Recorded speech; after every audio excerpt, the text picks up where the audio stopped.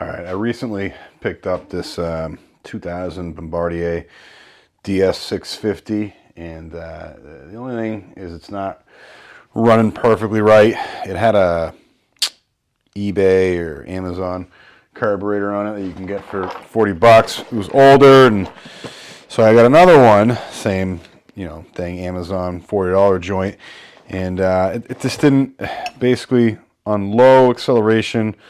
It bogged a tiny bit. Just not running well, but not as it should. Idling fine. Once you take off, it runs fine, but it just wouldn't. It would bog a little bit under a certain load. So hopefully, it's just a carburation issue. I got a new one of these because there was a crack in the other one. But the big thing I got is this. So I was able to find an OEM Mikuni carburetor. I was looking on eBay, and there was a guy selling one of these in pretty rough shape for like 300 bucks. And I sent him a low ball offer, nothing. And then I joined a Facebook group for these DS650s, and there was a guy. I put up a post saying, "Hey, looking for OEM carburetor, $110." Shipped everything to my door, and the guy was quick with it too. I got it in like 2 days, So, but I also picked up a rebuild kit, stock Mikuni rebuild kit for this exact carburetor. So I'm assuming there's a couple different options in here for jetting, maybe. I'm gonna have to go online real quick and check the needle height, things like that, just to make sure it's gonna all be stock, because the bike itself is pretty much stock, seems to be. Exhaust is stock. So yeah, we're going to open this package up, break apart the carburetor, and see what the rebuild is going to entail.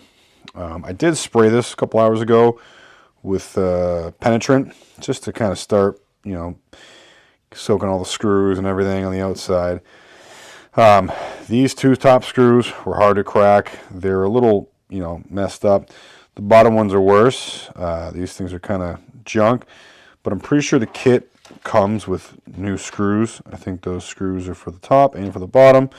So yeah, let's open this up, check it out.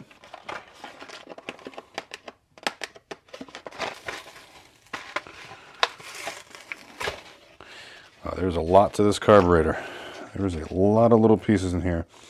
So I'm assuming the best way to do this is to keep everything in here until I change it. But let's see what this has. This is just a description of everything. But all right, let's start taking this thing apart. I don't really know where to start. There's a bunch of things we got to take apart and do. Let's crack open the bottom.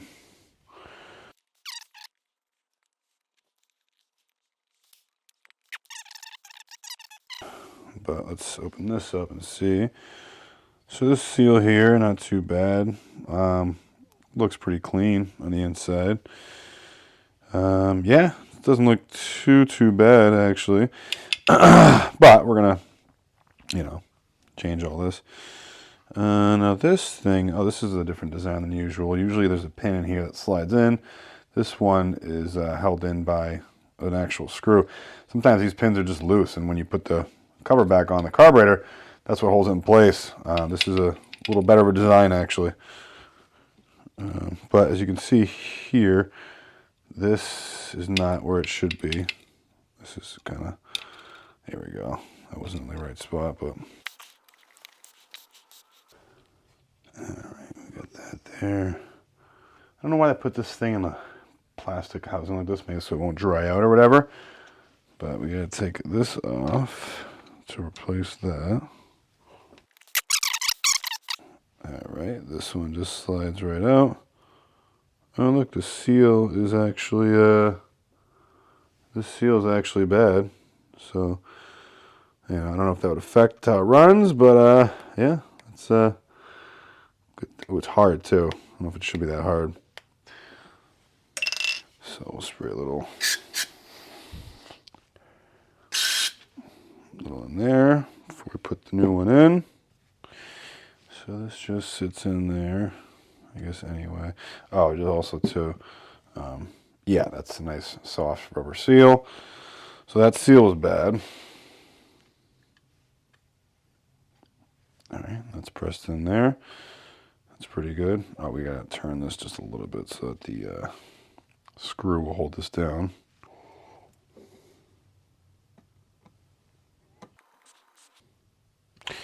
All right. All right, let's take out this mixture screw. Let's hope nothing breaks while we do this. Fortunately, that flathead is too small. You gotta be careful. You definitely don't want to strip this. Is that gonna fit in there? Yeah, that fits in. All right. Oh, that is in there tight. Now I think there's a screw, or at least there should be. A spring behind this. So we'll take this out and see. Yep. Ooh. Okay, so this is the one from the diagram here. So it shows you how it goes back in. Washer. So the screw, the spring, then the washer, then the O-ring. Here's the new one. Okay, screw, spring. This is a tiny little washer. And then there should be an O-ring. Tiny little O-ring.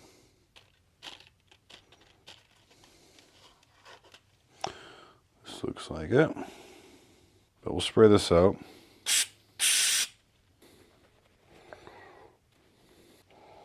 We're gonna go ahead, put the new one in. Make sure there's no gunk in there, nothing. Boom. Now usually these are supposed to be turned in all the way and then turned out anywhere between 1.5 to 3 turns out. I don't know what it's supposed to be. So right now I'm just gonna turn it all the way in. So that's all the way in. I'll look before I put the carburetor on to see what the stock setting is. Probably 2 turns out, but we'll see afterwards.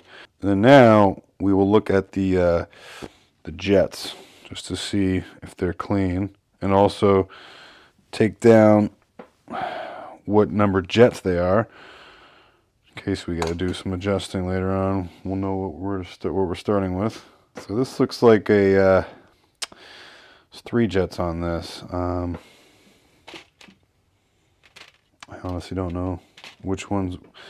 So this is the main jet, right? I'm assuming that's the pilot jet. And then this is, I think they call it the starter jet. All right. So a way to see if this is clean is you just take this, look at it through the light, and I can barely see any light coming through, so I'm going to spray it with some brake parts cleaner. Both ends.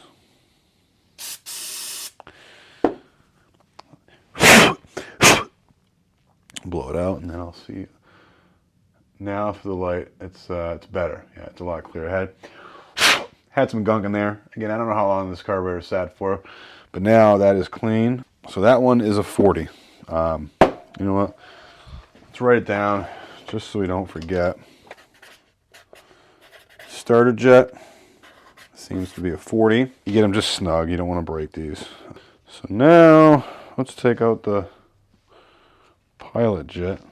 I have a bunch of jet kits. I don't know if I have all the same jets for this, because I did notice before the jetting on this thing's these jets are a little weird.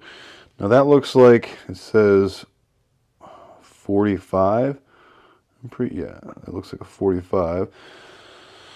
So for the pilot, that's right, 45.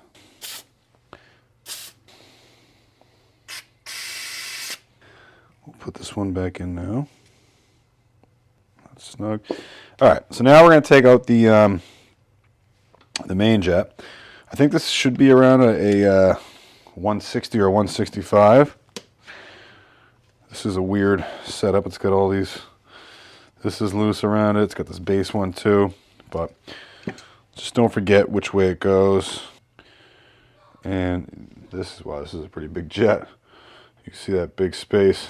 That one's obviously clean. I mean, this is a 650 cc single cylinder engine, single carb. So that's a pretty big jet. It's pretty big, and that's hard for that one to get clogged up. But let's see the size. This one's been messed with before. You can tell there's marks on it. I want to say that used to say 165.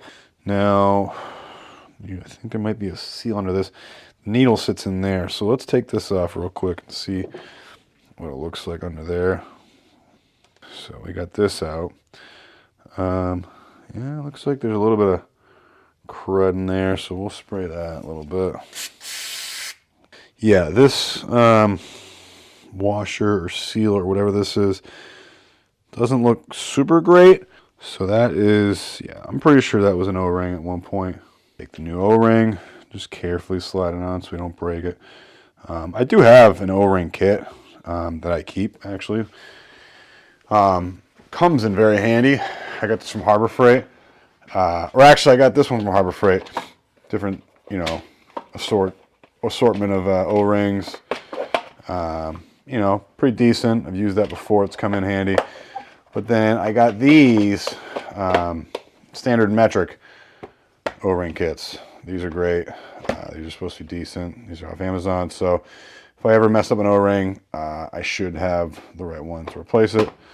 Those are on Amazon. I don't know. They're cheap. Go out, get those. It's good to have in your toolbox just to be safe. So we've got all three of these here. Right over the needle. Be careful you don't damage the needle, bend the tip. I don't want to go super tight, but that O-ring is bottoming out. I wonder if there's something else that sits in there. No. This one goes back on here. This one's pretty clean. It's in there pretty tight. So put this one on. Well, I guess we'll put this in here first. Grab our flathead, the bigger one, right? Yeah. Take this off of here. Throw that in the old bin. We'll just slide this over there. There's a screw right here. This is just a drain screw. I don't know if there's a new one or not that came with the kit. Here's the new one. Here's the old one. Put the new one in. Now we're going to change this gasket right here. This is flattened out.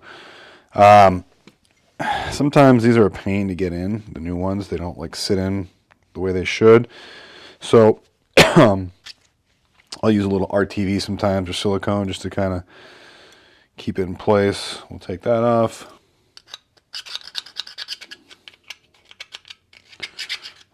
See how she's going to fit on there, if we're going to use RTV or not. Seems to sit in there pretty good. So we're going to take the little pin dowel, goes through there, set this needle valve right in place. So there's that. So let's put it back together and see. All right, all four of those screws are on, back in place. These little jets look like they come out right here. Let's see if we can finagle these out. You know, we probably don't have to take this out. Probably just clean it while it's there, but whatever. All right, so there we are. Snug, okay. Got to bring my son to jiu-jitsu, so we're going to take a pause. All right, so we've got pretty much most of the bottom rebuilt. So now, wait to do this last, but at least we can take it apart right now and see. So it's pretty clean in here, actually. Here, let's move this. Yeah, it's pretty clean in there. This is basically just where the throttle cable goes, and this is the idle adjust. It just makes the flap sit more closed. So that's that. We'll keep that open. And then let's do the top right now and check the needle.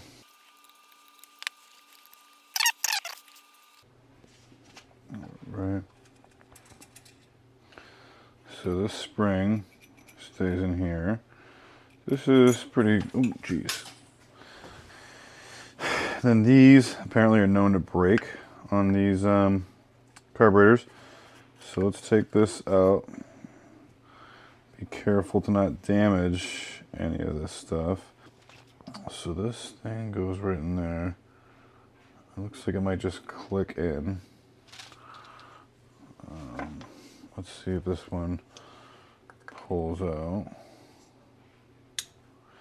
Yes, that pulls out. There's an O-ring and a spring, so we'll replace all those. The needle should come out now, yep. Let's see what position we're in. 1, 2, 3, 4. Fourth position down. Huh. I wonder if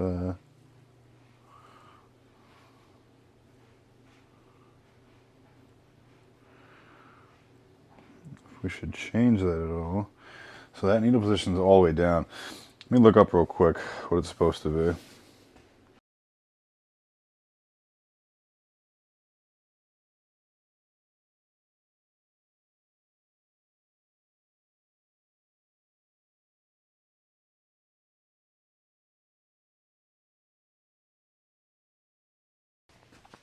I kind of want to take the choke apart just to clean it out, and I feel like there's a seal in there. There's no more seals in the kit, but this is a little tricky to get in here. We could probably use these.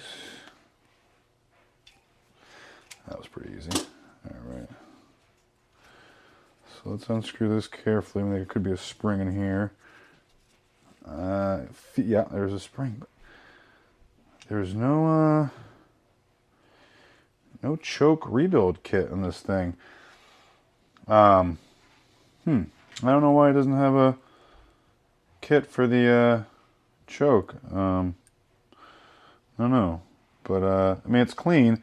The only thing is this washer right here. I mean, the choke basically just lets more or less air in, so you get more or less fuel when you're trying to start it when it's cold. I could try to get an O-ring that would fit in there, but the seal seems pretty tight.